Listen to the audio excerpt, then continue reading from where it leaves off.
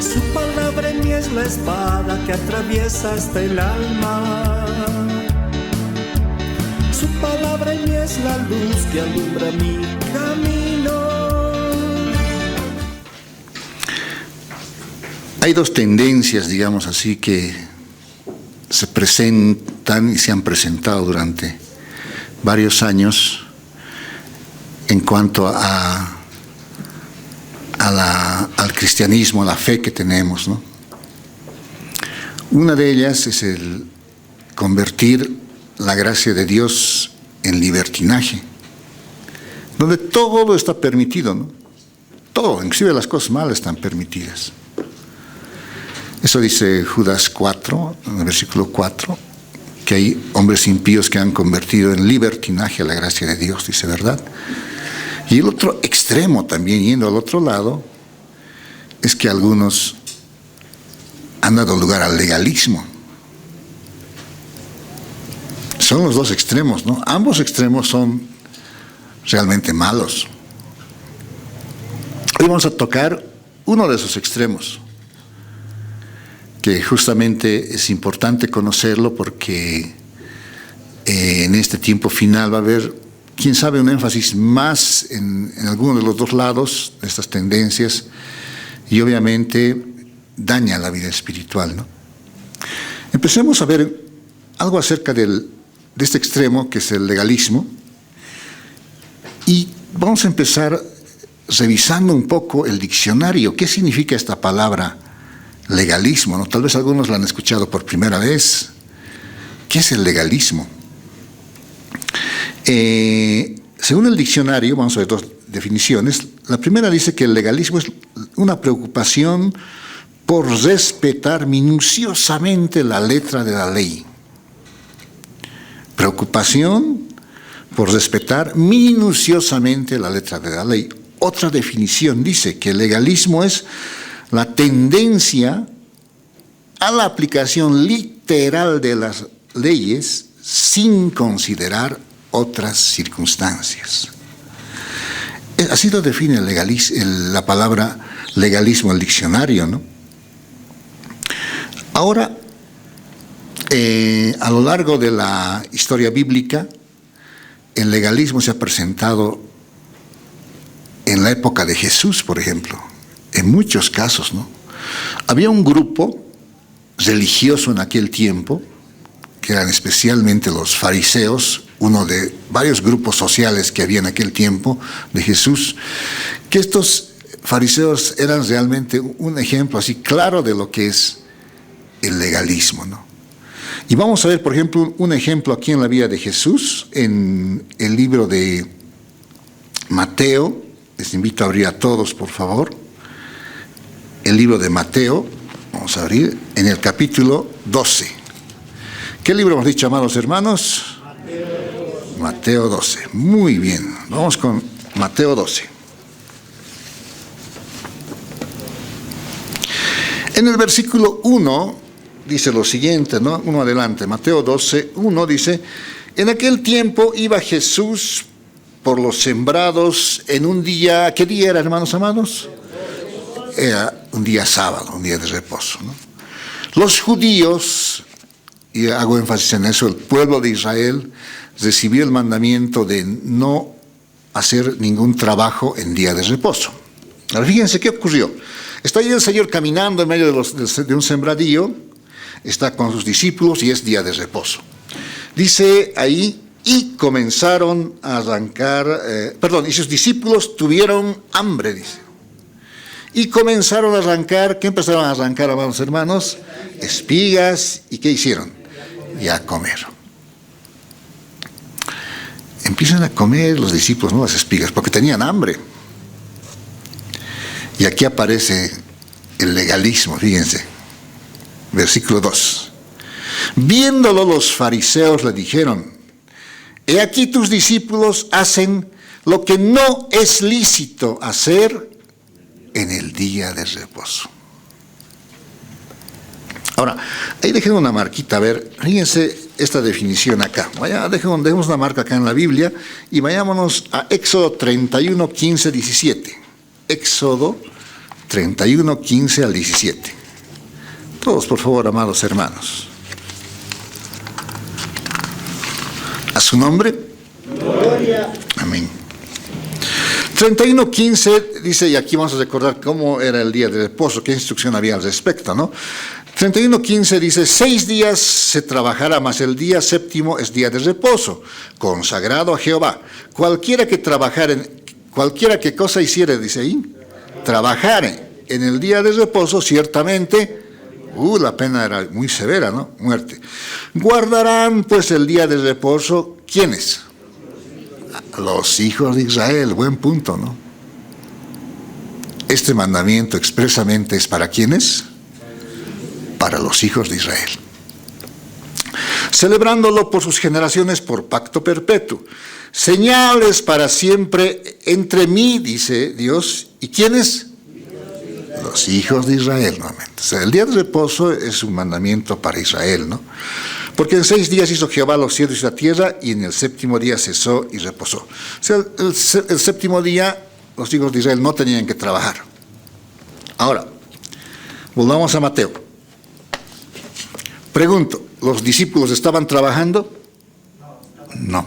Simplemente tenían hambre y empezaron a arrancar espigas y a saciar su hambre. Solo hicieron eso.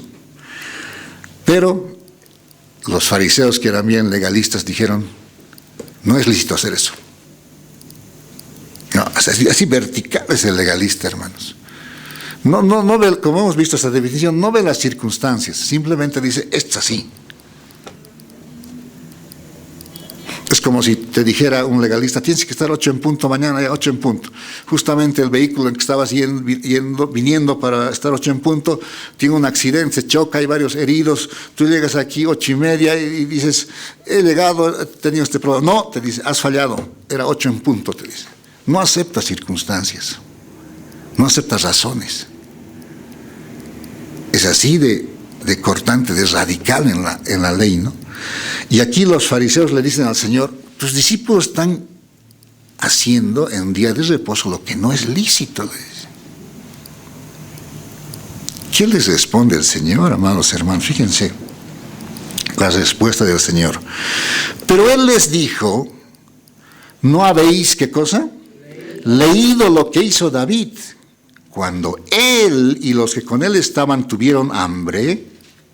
A ver, ¿qué hizo David cuando tuvo hambre? Dice que en una oportunidad David estaba llegando de viaje, cansado, agotado, vino con sus hombres justamente a la casa de Dios.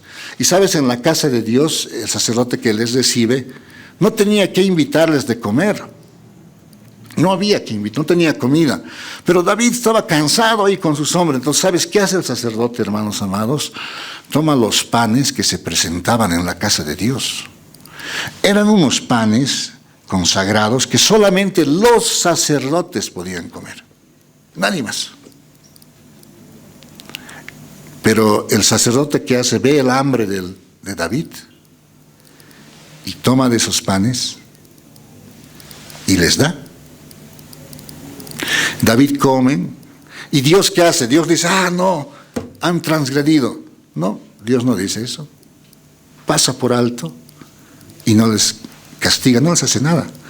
Y eso es lo que los fariseos no tenían, pues, esa visión, ¿no? Porque aquí les dice el 3 nuevamente, pero él les dijo, no habéis leído en el 3, no habéis leído lo que hizo David cuando él y los que con él estaban tuvieron hambre, cómo entró en la casa de Dios y comió los panes de la proposición, que no les era lícito comer ni a él ni a los que estaban con él sino solamente a los sacerdotes.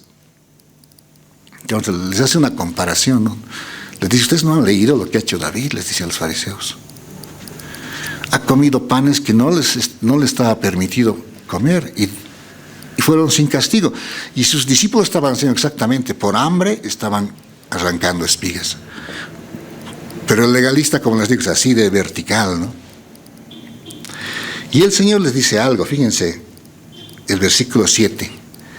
Y si supierais, les dice, ¿qué significa misericordia quiero y no sacrificio? ¿No condenaríais a quiénes? A los inocentes. El legalista, hermano, condena a los inocentes. Y esa característica tenían los fariseos. Quizá algunos de los hermanos que están acá son nuevos, tal vez no han pasado lo que es vivir en una etapa del legalismo. Hace muchos años, no solamente aquí la congregación, sino varias congregaciones, quién sabe hoy en día siguen, ¿no? Pero quiero poner de ejemplo algo. Cuando vino el avivamiento del año 1973, hace muchos años, muchísima gente se convirtió, fue un moverse tremendo, la historia de la iglesia lo cuenta, a quienes les gusta investigar, busquen ahí en los medios de internet publicados de ese avivamiento, cuenta en detalle, pero fue un moverse lindo, muchos hermanos se compartieron como hermanos, como familia, pero después de ese evento dice que el que estaba guiando, el hermano que estaba presidiendo esas reuniones, fue contaminado con ciertas doctrinas, ¿ya? Y cuando vino a Bolivia nuevamente, empezó a ser así bien legalista. A tal punto cuentan algunos hermanos que dice, y nuestro pastor Miguel fue víctima de ese legalismo, ¿no? Porque dice que era prohibido entrar a las reuniones con barba. ¿Se dan cuenta? Y nuestro pastor dice que fue sacado en alguna reunión por eso, ¿no? Los jóvenes, digo, tenían que tener un cortecito así bien corto, ¿no? Patillas, no estaba permitido crecer. O sea, ya se fueron a un legalismo extremo. Y todo ese avivamiento tremendo se fue apagando.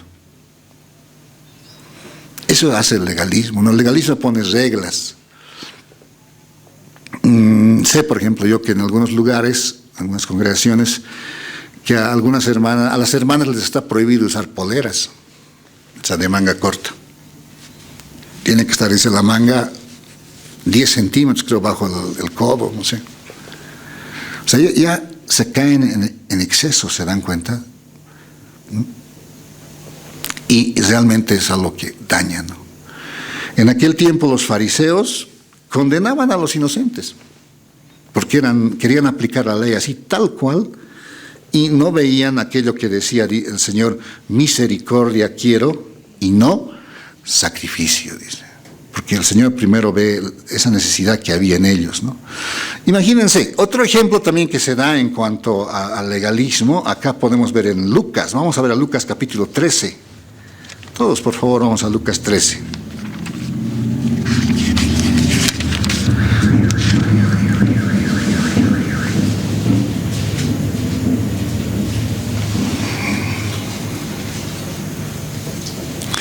Lucas capítulo 13. Bien, dice de esta manera en el versículo 10. Este es un episodio que cuenta aquí la palabra.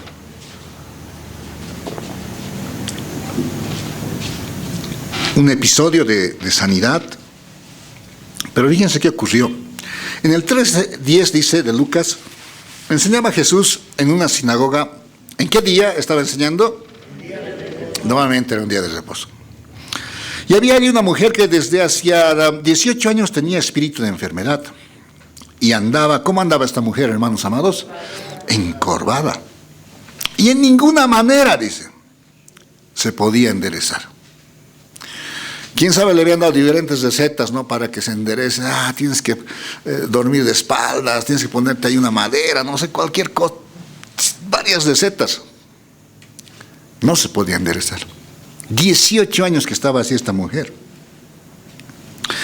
En el 12 dice, cuando Jesús la vio, la llamó y le dijo, mujer, eres libre de tu enfermedad, le dijo, ¿no? Y puso las manos sobre ella, y ella, ¿qué ocurrió con ella? Se enderezó luego y glorificaba a Dios. Qué tremendo, ¿no? Cuando sabes de que un pariente enfermo que está pasando momentos así de enfermedad es sanado, es motivo de alegría, ¿verdad? Tanto para el enfermo como para todos los que apreciamos a esa persona. Fíjate aquí, sin lugar a dudas, esta mujer que estaba enferma estaba pues alegre, estaba glorificando a Dios. Pero fíjate la actitud del principal de la sinagoga en el versículo 14. Un legalista tremendo, ¿no? Pero el principal de la sinagoga dice, enojado de que Jesús hubiese sanado en el día de reposo, dijo a la gente, 6 días hay en que se debe trabajar, en estos pues venid y sed sanados, y no en día de reposo, les digo. Les llama la atención a todos, ¿no? Vengan de lunes a viernes, por decirlo, de domingo a viernes, pero no en sábado, les dice. O sea, para él, hasta sanar en día de reposo era algo malo. ¿Se imaginan? El Señor entonces no se queda callado, ¿no? ¿Qué les responde el Señor cuando oye esto? El versículo 15. Entonces el Señor les respondió y dijo, hipócrita, le dice, cada uno de vosotros no desata en el día de reposo su buey o su asno del pesebre y lo lleva a beber. Y a esta hija de Abraham que Satanás había atado 18 años, no se le debía desatar de esta ligadura en el día de reposo. ¿Se dan cuenta? Y aquí se ve otra característica más de un legalista, ¿no? Que el legalista muchas veces es hipócrita. Porque dice a los demás, tienes que hacer esto, no tienes que hacer esto, pero él no lo cumple. Y textualmente, esto lo dice el Señor de los fariseos. Vayamos a ver a Mateo, vamos a Mateo 23, vas a ver que así exactamente eran los fariseos, ¿no? Y el Señor, en Mateo capítulo 23, versículo 2, el Señor claramente habla de esta actitud de decir y no hacer, ¿no? El 23:1 dice así, entonces habló Jesús a la gente y a sus discípulos diciendo, Mateo 23:1, les dice, en la cátedra de Moisés se sientan los escribas y los fariseos. Dice. Ahora, fíjate el 3, así que todo lo que os digan que guardéis, guardadlo y hacedlo, mas no hagáis conforme a sus obras, porque dicen y no hacen. Ese es el legalista muchas veces, ¿no? Tienes que hacer esto. Oía yo una vez una radio cristiana, y era el domingo en la mañana, y el hermano que estaba guiando el programa radial estaba recibiendo llamadas, pues, ¿no? Y eran llamadas para que los hermanos animen a los hermanos a congregarse, ¿no? De pronto llama un hermano y dice, hermanos, dice, no, por ningún motivo usted deje de congregarse hoy día, vaya a su iglesia, dice, no, tiene que ir como sea, tiene que estar en su iglesia. Está lindo, dije yo, qué bien que está animando así, ¿no? Y de pronto el locutor le pregunta, qué lindo, hermano, ¿sí? ¿Y usted va a ir a su iglesia? Le dice, no, hermano, le dice, no, le cuento que no puedo. Le dice, no. Y sonaba realmente gracioso, porque después de haber dicho a todos que vayan, él mismo no estaba haciendo eso, ¿no? Los fariseos eran así. Juntos, por favor, el versículo 4, a ver, ustedes leanlo, 23:4. Ustedes, por favor, Mateo 23:4, 2 y 3. Porque andan cargas pesadas y se estimarán, y las ponen sobre los hombros de los hombres, pero ellos no quieren. ¿Qué te parece? Los fariseos, hagan esto, hagan aquello, pero ellos ni con un dedo quieren mover eso. No lo hacen. Pero les gusta poner cargas. Entonces, eso es el legalismo, ¿no? Gracias a Dios, mis queridos hermanos, que por la gracia de Dios aquí en la congregación no enseñamos eso, no estamos prohibiendo a la gente. Vivimos en esa libertad y yo le doy gracias a Dios, porque hace años atrás también, creo que los que somos aquí antiguos en la congregación hemos experimentado algo del legalismo, ¿no? Y varias cosas que no se debe, que no se... ¿no? Hace años, por ejemplo, hermanos, yo les cuento esto, era malo ver televisión, tener televisión en la casa. Y ver televisión era malo, ¿no? Hoy en día también, si ves cosas malas, por supuesto que es malo, ¿no? Pero si usas la televisión o, por ejemplo, los medios electrónicos para edificarte, qué lindo, ¿no? Escuchar música cristiana, escuchar mensajes, noticias, bueno, o aprender. Hay programas tecnológicos muy, muy bonitos. Realmente a mí me apasiona mucho la tecnología. Pero hace años era complicado eso, ¿no? Tener televisor, ¿no? Y cuando venía el Mundial, me acuerdo, algunos hermanos a ocultas tenían su televisor en un lugar secreto ahí, ¿no? Y veían los partidos, así, ¿no? Había una hermana que estábamos reunidos en su casa justamente y de pronto, no, pues todos se cuidaban, ¿no? Yo no veo televisión, si no tengo, ¿no? Estábamos en reunión de oración y la hermana estaba ahí y su hijito aparece, ¿no? Y le dice, mamá, le dice, tu telenovela ya está empezando, le dice. Y la hermana no sabía qué decir. Pero todo ese legalismo, hermano, daba lugar así a tener esas actitudes de hipocresía, ¿no? De querer uno ser bien visto ante los demás. Pero por dentro uno hacía cosas que no estaban bien. Este legalismo y estos mandamientos, hoy en día, en varios lugares todavía se mantienen, ¿no? Mandamientos de hombres, reglas que ponen, ¿no? Pero que no se ajustan a la palabra de Dios. Y el legalismo, en época de Jesús hemos visto 2 ejemplitos, hay muchos más, amados hermanos. El Señor Jesús tuvo que lidiar con eso muchas veces, ¿no? Y el Señor les censuraba, les decía, no, ustedes cuelan el mosquito, les decía, ¿no? Las cosas pequeñitas se fijan y las cosas grandes dejan pasar, les decía.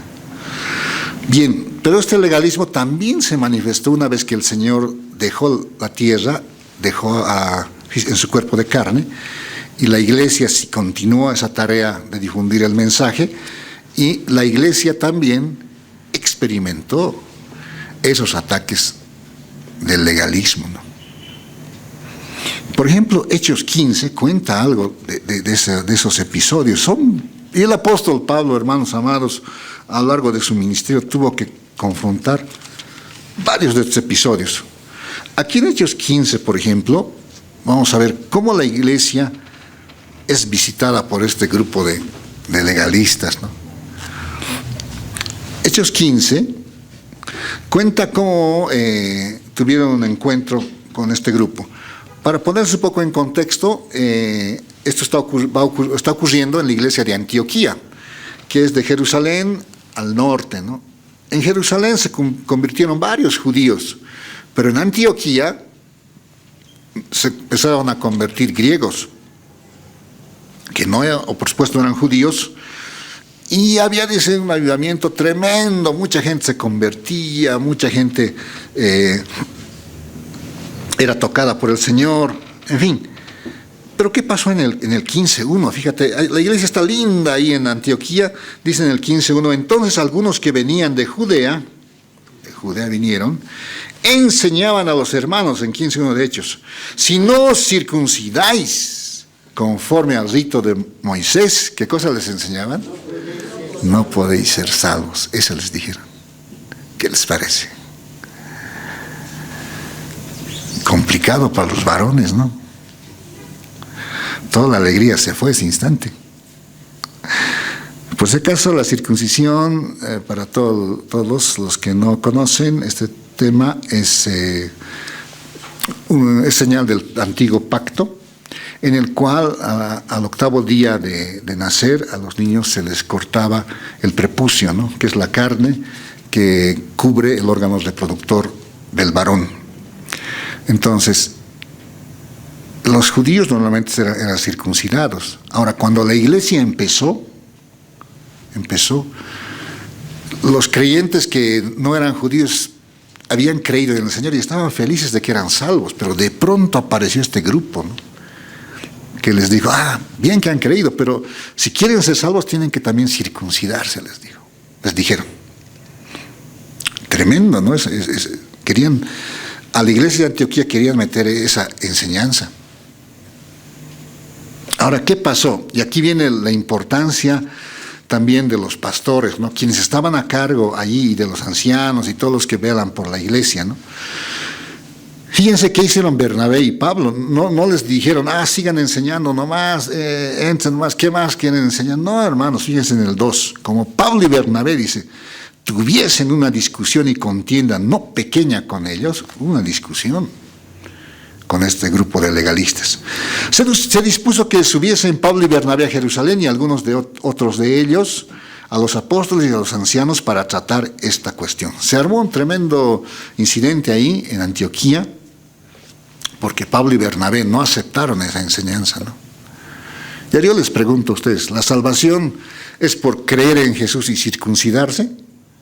No, solamente por creer. ¿Qué le dijo qué dice en Hechos 15, 31? Cree en el Señor Jesucristo y, ¿qué dice? Serás salvo. Solamente la fe, hermanos amados. No les dice, cree en el Señor Jesucristo y circuncídate. No hay eso. El famoso versículo Juan 3:16 dice, porque de tal manera amó Dios al mundo, para que todo aquel, que ha dado a su Hijo unigénito, para que todo aquel que en él cree simplemente, no se pierda. Así de simple. Y aquí este grupo de judíos quería decirse, hermanos, que crean está bien, pero también tienen que circuncidarse. Y hubo esa discusión con Pablo y Bernabé. Y ahí vemos de que es importante, ¿no?, que los que estamos al frente siempre velemos por la doctrina, por la enseñanza. Yo recuerdo que una vez el pastor Miguel estaba en una charla, estaba ahí uno de sus familiares del pastor, estaba ahí un grupo de hermanos que vino, y este grupo de hermanos tenía una enseñanza aparentemente buena, ¿no?, pero lanzaron algo que estaba fuera de la Biblia, ¿no?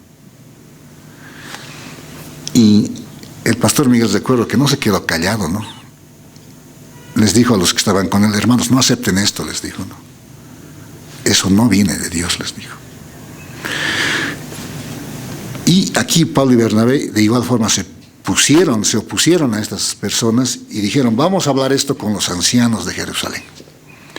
Y se fue toda la delegación, hermanos, y se hizo un concilio allí en Jerusalén. Estaban, fíjense quiénes se reunieron, el versículo 6. A ver, ustedes, ¿quiénes se reunieron en Jerusalén? 2 y 3.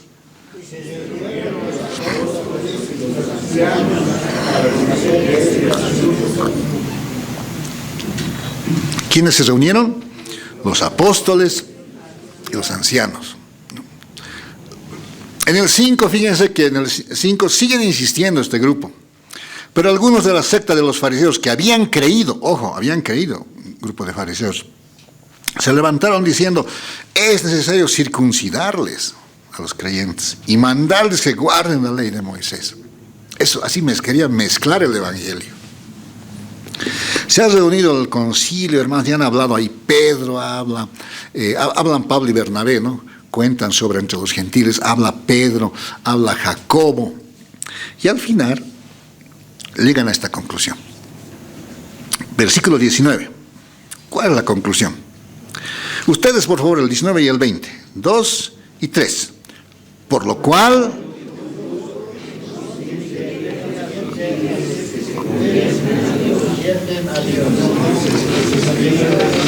que se aparten de las contaminaciones de los ídolos, de fornicación, de ahogado y de sangre. ¿Qué dicen en ese concilio? Dice que no se inquiete a los gentiles que han creído, que se convierten a Dios. O sea, no les pongan cargas, dijo, ¿no? No les inquieten a los hermanos. Y les dicen, sí, solamente absténganse de esto, pero no les dicen, no confirman lo que estos legalistas querían imponer en la iglesia, ¿no? Y se resolvió de esa manera, ¿no? Escribieron una carta y dijeron, no es necesario circuncidarse, y llevaron a la iglesia escuchó la carta y se alegró y se gozaron, y la iglesia de Antioquía siguió creciendo, ¿no? Pero estos judaizantes, ¿sabes?, tuvieron éxito en una iglesia grande, en iglesias que estaban en una región llamada Galacia. Y en Galacia, realmente muchos cristianos aceptaron esta enseñanza. ¿Quieres ver un ejemplo de eso? Lo vamos a ver aquí en Gálatas. Nuestro pastor Walter ha ido enseñando Gálatas y ha ido compartiendo también esto. Gálatas 4:21. En Galacia sí habían tenido éxito estos judaizantes, ¿no? Estos legalistas. Gálatas capítulo 4, por favor, hermanos. ¿A su nombre? Bien, 4:21 de Gálatas. Dice de esta manera.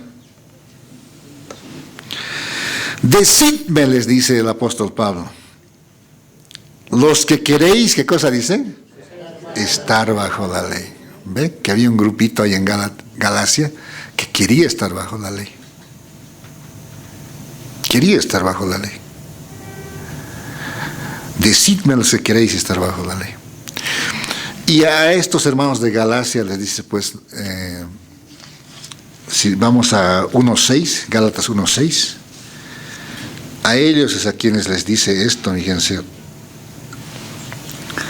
1:6 dice, estoy maravillado de que tan pronto os hayáis alejado del que os llamó por la gracia de Cristo para seguir, ¿qué cosa les dice?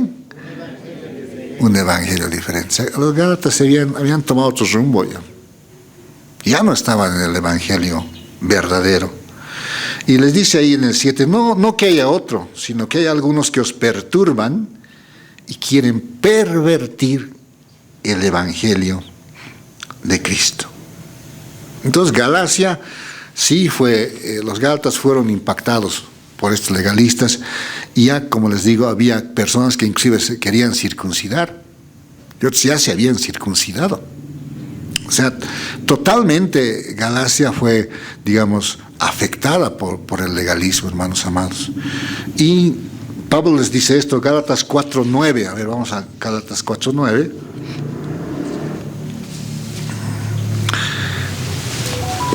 Les expresa su preocupación, ¿no? Gálatas 4:9 dice, mas ahora conociendo a Dios, o más bien siendo conocidos por Dios, ¿cómo es que os volvéis de nuevo a los débiles y pobres rudimentos a los cuales os queréis volver a esclavizar? Fíjense qué les dice a los gálatas. ¿Guardáis qué cosa? Los días, estaban guardando los días, los meses, los tiempos y los años. Ya estaban fijándose en fechas, fiestas. Quién sabe, aquí los sabáticos más ya estaban empezando a surgir, ¿no? A tal punto, dice esto, el 11, me temo de vosotros, ¿qué les dice Pablo? Que haya trabajado en con vosotros. Porque toda esta iglesia se estaba yendo tras el legalismo. Y eso era y Pablo les dice algo duro, ¿no? Me temo de vosotros que haya trabajado en vano, les dice, con vosotros. Esa fue la preocupación de Pablo por la iglesia en Galacia, porque ahí realmente el legalismo había entrado y había tenido éxito, digamos. Pero eso también motivó a escribir esta tremenda epístola a los Gálatas, que contiene muchas verdades, ¿no? Entonces, como verán, el legalismo, desde tiempos de Jesús, habían legalistas. En tiempos de la iglesia, hubieron legalistas. Y hoy en día también hay. Ya les he contado de ejemplo cómo fue el año 73, ¿no? Y nuestro pastor Miguel contaba algunos excesos que se cometieron, ¿no?, en cuanto al legalismo en aquellos años. Esto es bueno que lo conozcan, porque no en todas las iglesias se enseña una sana doctrina, ¿no?, una doctrina equilibrada. Hay realmente quienes se van a algunos extremos, o al legalismo, otras se van hacia el libertinaje. Pero ¿qué es lo correcto para nosotros? Y lo correcto, la forma en que debemos conducirnos nosotros, no es bajo el legalismo, hermanos, pero tampoco es bajo el libertinaje, sino cómo debemos conducirnos. Eso está en Gálatas 5:13. ¿Qué dice Gálatas 5:13? Aquí está la forma correcta en la que debemos conducirnos, ¿no? Dice en el 5:13, porque vosotros, hermanos, ¿qué dice? A libertad fuisteis llamados. ¿Cómo tienes que conducirte? En libertad, hermano. A libertad hemos sido llamados. Ahora, esto es importante. Solamente que no uséis la libertad como ocasión para la carne. Ahí está el libertinaje, ¿no? Ya, para la carne todo. ¿Podemos hacer esto? Podemos. ¿Puedo hacer esto? Podemos. ¿Puedo hacer esto? Puedo. No, ya vi. Para la carne ya está dando lugar. Sino servíos por amor los unos a los otros. Entonces, ¿tú fuiste llamado, hermanos, a esclavitud? No. Hemos sido llamados a libertad. ¿Pero la libertad podemos usarla como ocasión para la carne? No. No. Eso también lo confirma el libro de Pedro. A ver, 1 Pedro, capítulo 2. 1 Pedro, capítulo 2.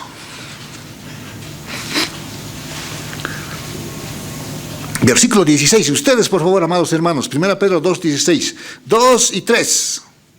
Como libres.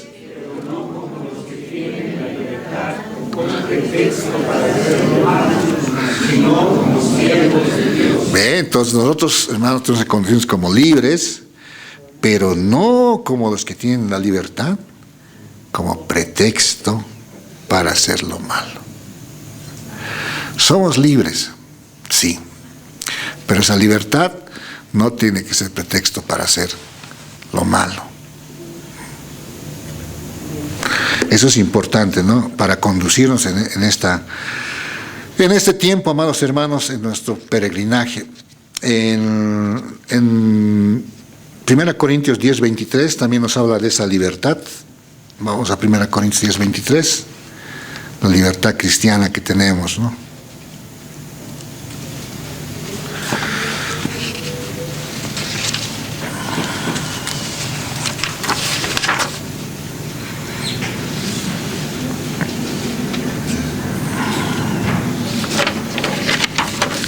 ¿Qué dice 1 Corintios 10, 23? Todos juntos, por favor. 2 y 3. Todo me es lícito, no todo conviene. Todo me es lícito, pero no todo. Todo me es lícito, es esa libertad que tenemos, ¿no? Pero dentro de esa libertad dice que no todo conviene. Hay cosas que sí se puede hacer, pero a veces no conviene hacerlo, ¿no? Luego dice, todo me es lícito, pero no todo edifica. No todo edifica. ¿Puedes ver televisión? Puedes, pero ¿todo te edifica? Hay programas que sin lugar a dudas no edifican para nada, ¿no? Para nada. Entonces ahí ya uno en el Señor tiene que conducirse y en el temor de Dios siempre. Un versículo muy similar a este está en 1 Corintios 6, 12. Un poco antes, ¿no? 1 Corintios 6, 12.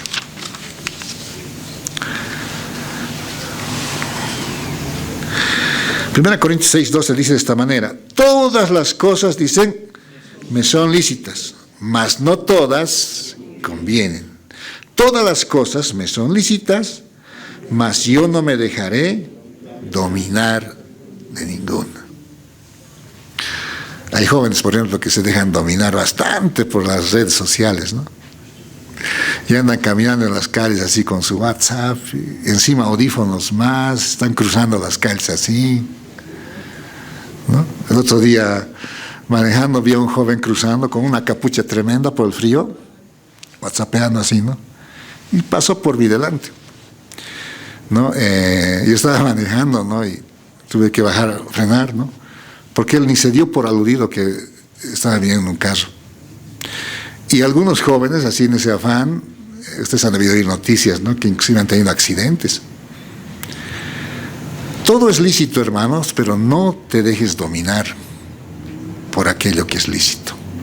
Úsalo más bien para edificación. ¿Cuánto dicen amén? Entonces, esa es la libertad que el Señor nos ha dado. No vamos a caer en prohibiciones, en cosas que guardar los días, los meses, ¿no? Como dice también Colosenses.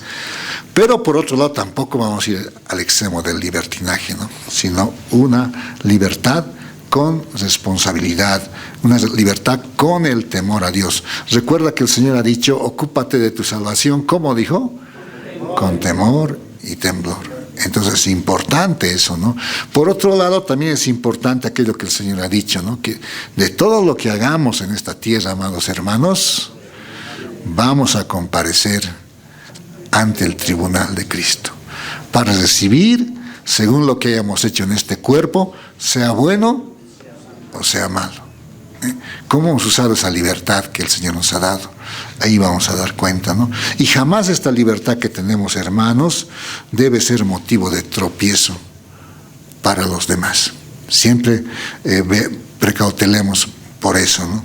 Entonces, en ese aspecto, el Señor nos motiva y nos exhorta siempre a más bien conducirnos siempre en el temor al Señor. Como dice también este versículo, y les pido que nos pongamos de pie para leerlo, 1 Pedro 1:17, por favor. Vamos a ponernos de pie, amados hermanos, y leer este último versículo de nuestra meditación de hoy día. 1 Pedro, capítulo 1.